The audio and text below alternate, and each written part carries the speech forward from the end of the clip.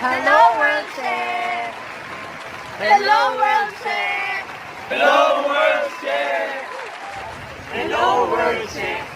HelloWorldSHE! Hi guys and hello world! Welcome back to my channel, and for my today's video, I'm gonna teach you how to create YouTube branding watermark for your channel.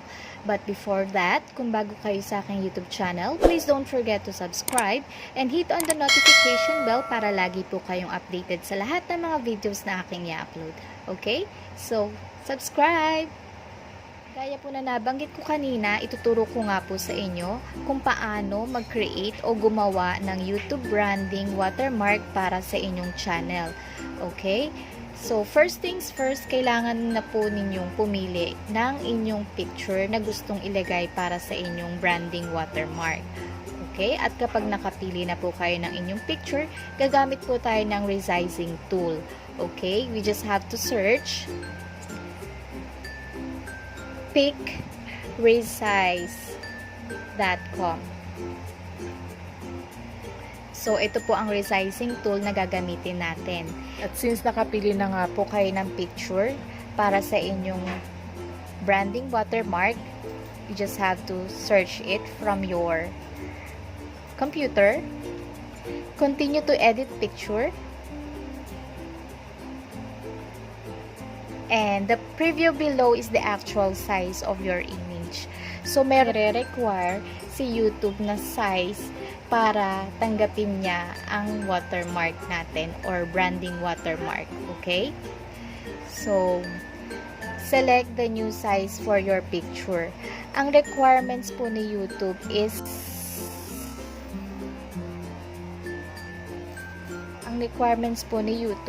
150 pixels, yung width o yung lapad, at yung height po is 150 rin po.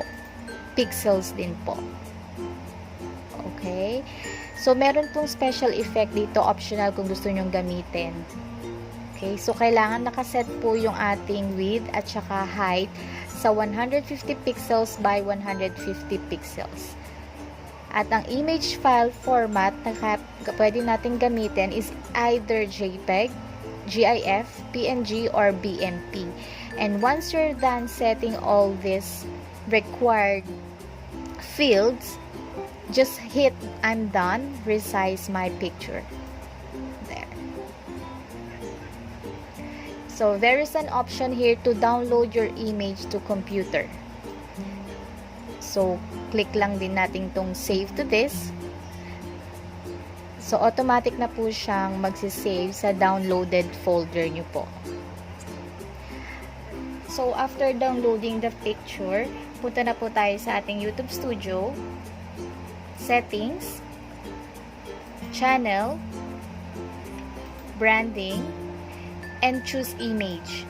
So, ang kailangan nyong i-choose is yung image na ni-resize natin kanina.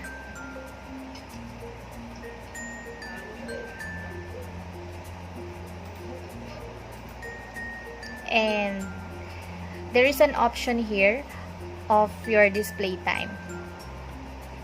End of the video, kung gusto nyo sa end of the video nyo lang makikita ang inyong branding watermark. Custom start time, siset nyo po yung time kung saan part ng inyong video nyo gusto makita ang watermark or on your entire video. So, after setting that option, you just have to click save, and there you go. So, once done, settings is saved. Alright? Okay? So, that's it for my today's vlog, and I hope you have learned something new from this video. And please don't forget to give us a thumbs up. And once again, thank you for watching, and God bless everyone. Bye!